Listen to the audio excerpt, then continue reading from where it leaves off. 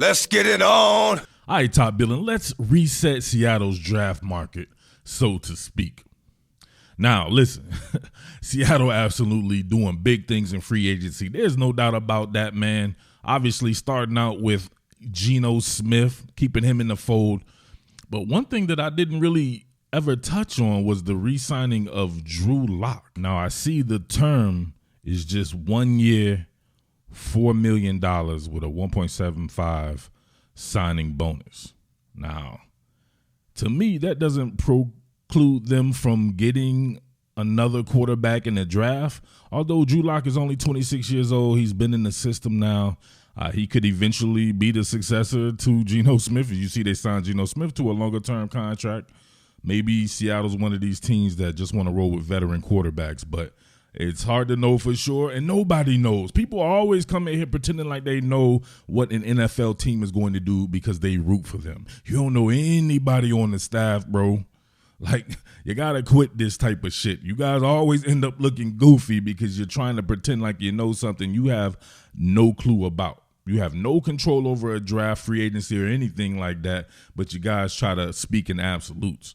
So, I don't know. For all we know, maybe they still go quarterback at number 5. It was funny. Before the Geno Smith deal, some people were saying, like, they may just move on from Geno, let him walk if he wants too much money, and then draft a quarterback. They re-signed Geno.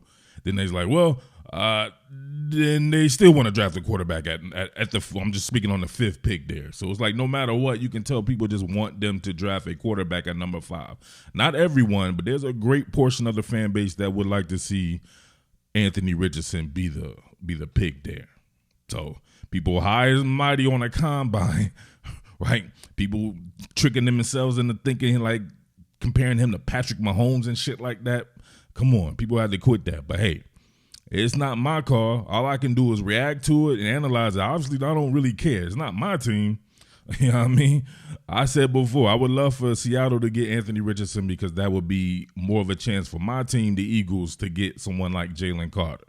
Straight up. But does Drew Lock preclude them from getting another quarterback? I don't think so. You need multiple quarterbacks anyway. You usually want to have a young quarterback. So, but that doesn't mean it has to be the 5th pick. Plenty of QBs in this draft, and people keep crying about the number 5 pick being a QB, saying, oh, Seattle don't normally draft that high. Does it matter? Most of the QBs who are dope in the NFL weren't top 5 picks anyway. Think about that. All right, so moving on past that, your man Draymond Jones was signed. That shit was hard. But listen, this is an eye for an eye type free agency from Seattle. So Draymond Jones is signed. However, Shelby Harris is let go. A defensive line with Draymond Jones and Shelby Harris, that's nasty. You can make an argument that it may be a wash letting go Shelby Harris, but you do get a little bit younger with Draymond Jones there. I think Shelby Harris can play some damn football. That dude is nasty. I definitely would want to see him follow Sean Desai to the Philadelphia Eagles. There's no doubt about that there. All right, remember, eye for an eye. So you get Jaron Reed in, but was at the expense of a Quentin Jefferson being let go. So Jaron Reed, we know before with Seattle, he was the absolute truth. The man can get after the quarterback. Hadn't really been doing that lately there. And Quentin Jefferson actually had a very good year getting after the quarterback in the rotation there. So you call that an eye for eye. Maybe that's a wash as well. There hasn't really been an addition, right? Same deal right here. Devin Bush comes in, but remember, Cody Barton left. Eye for an eye. Evan Brown comes in at center, right? But remember, Austin Blythe going bye-bye. So maybe that's a wash. Maybe that's an eye for an eye or a wash there. Same thing with Devin Bush and Cody Barton. You will hope that Bush, a former top 10 pick, can be a reclamation product where he's just better than Cody Barton, but that remains to be seen as well. I love all these moves, no doubt about that, man, from a pure football standpoint. These guys are younger, more athletic, and everything you can think of like that, but not too many additions there. So what does that do for the actual draft? We talked about Geno. You got a guy like Phil Haynes comes in, but remember, Gabe Jackson left out. So, right? What are you doing now? I don't talk about kickers. Sorry, kickers don't. I don't even know who kicker is on my own team. I never pay attention to kickers there, but I need to know. What does this do for the draft? To me, if anything, you're still at the same starting point. Now, Julian Love here, this is kind of an addition right there, because you would think, like I said in his video, where exactly does he slide in at? So he's definitely an addition, because you can make an argument that he could be where Kobe Bryant plays at, or you can make an argument that he could be at safety where either one of those safeties are, or he could actually be an eye for an eye as well with Ryan Neal, who I don't think at the time of recording this is re-signed or has been re-signed by the Seattle Seahawks, right? He's been tendered, I believe, but not re-signed. So we can see if that's an eye for an eye. So to me, all things are still equal, right? At number 5, you can still go quarterback if that's what they desire. But to me, if you're in a win now mode and you have that number 5 pick, drafting Anthony Richardson doesn't make sense. People are going to be all up in arms about a damn combine. But listen, it doesn't matter if Seattle rarely picks in the top 5. Most of the best quarterbacks in the NFL aren't top 5 picks. You can be enamored by somebody running and jumping high and throwing a deep ball. That's cool.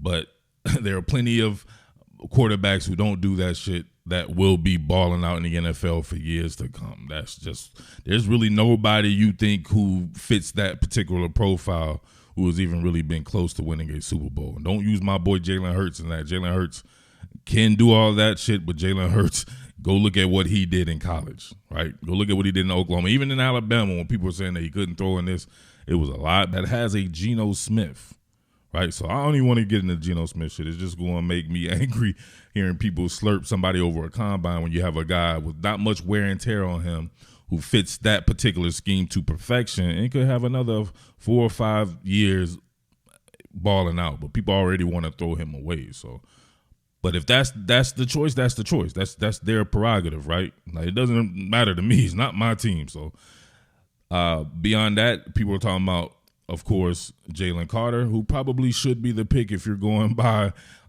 trying to win now. You slot him in with Jaron Reed and damn Draymond Jones. That's nasty. You can see this angle here, but look at this. Arm over, and then dum. Prison loving ensues. What was this? He picked up my man Jaden Daniels like a prize. He had himself a new, what it was called, them newbies, right? The prison bunkies or whatever like that. He had himself a prize. That is hard. That is very much like what we had in Philadelphia with Fletcher Cox, Javon Hargrave, and some of the boys that they had there with Jordan Davis and Milton Williams and all these guys like that. So I don't know. It's not something that I need to tell a Seattle Seahawks fan, because back in the day they had a nasty rotation of guys, right? So people are souring on him as far as the character concerns and all this and that. So that's cool as well. Beyond that, I'm not sure you go edge. But that could be the choice as well, right? Like I said before, I don't make these decisions. Nobody else makes these decisions. All I can do is just give my opinion on it. A team with 2 guys with 9.5 sacks apiece. People are going to say that someone like Darrell Taylor can't improve against the run. That's just people who want something shiny and new or something that's popular. Notice that about Seattle fans. They will go with whatever is popular. You can tell that by the names being said on the channel. Remember, it was all about Will Levis. I have not heard Will Levis's name once in however many months. It was all about Hendon Hooker. I haven't really heard his name either. Now it's all about Anthony Richardson. He's popular. Hearing his name every day, no matter what. All right? Even on shit that doesn't have anything to do with Seattle. Somebody wants to come there and talk about Anthony Richardson. But listen. So if you go in that direction of one of those guys at the edge, remember, you got Boye Mafe and Tyreek Smith haven't really shown themselves yet. Boye Mafe looked like he could be a very good player. Tyreek Smith didn't get a chance to play. You have 2 guys with 9.5 sacks there in a 3-4 based rotation, right? So you don't need a 50 million outside linebackers, right? So is that the spot to go for Will Anderson or Tyree Wilson? Or maybe they see Wilson a little different. Maybe he can play on the inside. It's a bigger guy, 275 pounds. Maybe he plays a lineman role, maybe a 5 technique or something like that. I don't know. You guys will have to let me know. But a lot of people talking about other players beyond that. Somebody mentioned DeJuan Jones from Ohio State. So I'll give this guy a little bit of a bone there. He talked about grabbing that guy like that, putting him at right tackle, and then moving Abe Lucas to guard. But as you see there, they went and got themselves a guard already. Does that make sense? Seems like it would be kind of a waste of a pick, although DeJuan Jones seems to be very talented. You'll have to let me know about that. My deal would be with that second pick would be more in the mode of a wide receiver. I still think they could use a wide receiver, man, for that third. Someone mentioned Jackson Smith and Jigba. If he were there, I think that would be pretty dope. No doubt about that. You slide him on the inside there. My choice, if I were you guys, would be getting a bigger wide receiver, like the cat from TCU. That would be hard for you guys, no doubt about that. So many ways they can go. Like I said prior to last year, or was it earlier this year, the Seahawks bought it 1,000. They set themselves up for the future, and they ended up having a pretty good year. The basis for it is outstanding, and then the prognostication, if you're being fair about it and you're being balanced, like shit. The free agents look good, and then they have good draft sliding with a ton of picks. Nasty. Let me know right now. You don't reset it after free agency. Now where do you guys want them to go with the first couple of picks there? All right. Let me know. All right. It's your boy, Mid-Atlantic Murph, as always, checking in. Thanks for the love. As always, strike the band. What more can I say? Top Billin.